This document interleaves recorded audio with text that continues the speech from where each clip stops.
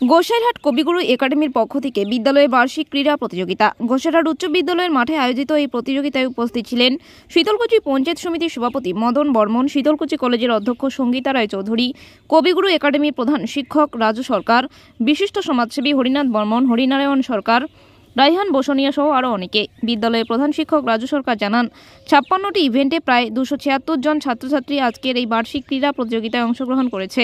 এই বার্ষিক ক্রীড়া প্রতিযোগিতায় প্রতিটি ইভেন্টে প্রথম, দ্বিতীয় এবং তৃতীয়কে পুরস্কৃত করা হবে।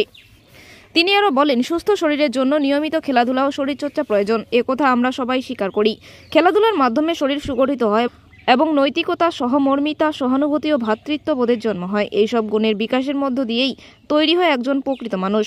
আধুনিক সমাজে তাই খেলাধুলার গুরুত্ব দিন দিন বাড়ছে। বিভিন্ন শিক্ষা প্রতিষ্ঠানে খেলাধুলার ব্যবস্থার সঙ্গে সঙ্গেও সরকারকে এই বিষয়ে আরও বেশি নজর দিতে হবে। কি প্রোগ্রাম আপনাদের? আজকে হচ্ছে আমাদের কবিগুরু একাডেমির 10তম বার্ষিক ক্রীড়া প্রতিযোগিতা। কটি ইভেন্টে খেলা হবে? স্টুডেন্টের 48টা ইভেন্ট রয়েছে এবং অভিভাবক, তারপরে হচ্ছে শিক্ষক শিক্ষিকা, স্বেচ্ছাসেবক সহ 56টা ইভেন্ট রয়েছে। 56 মানে কজনকে পুরস্কৃত করা হবে?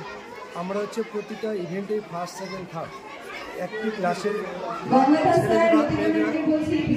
ছেলেদের বিভাগ থাকবে, মেয়েদের বিভাগ আলাদা আলাদা থাকবে। মানে একটি ক্লাসে 2টি বিভাগ থাকবে, প্রতিটি বিভাগে ফার্স্ট, সেকেন্ড, থার্ড পুরস্কার দেওয়া হবে। মানে কতজন ছাত্রছাত্রী অংশগ্রহণ করবে এই খেলায়?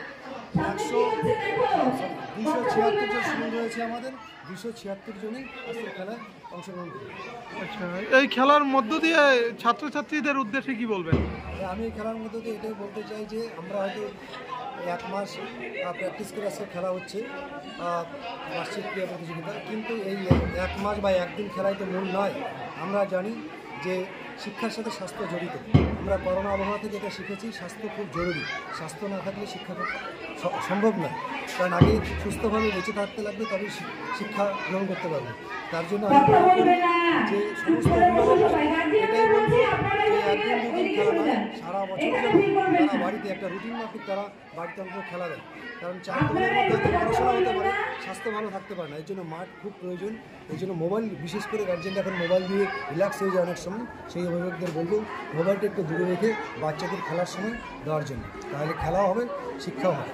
আজকে বিশেষ কোনো মানে খেলা রয়েছে আকর্ষণীয় খেলা, যেরকম অভিভাবকদের মিউজিক্যাল বল রয়েছে, তারপর শিক্ষক শিক্ষিকাদের বস্তাদর রয়েছে, এবং ছাত্রছাত্রীদের মধ্যে যেসব খেলা রয়েছে লং জাম্প, হাই জাম্প, তারপরে 100 মিটার, 75 মিটার, হামাগুড়ি দৌড়, বিস্কুট দৌড়, এরকম ইভেন্ট রয়েছে, অনেক ইভেন্ট রয়েছে।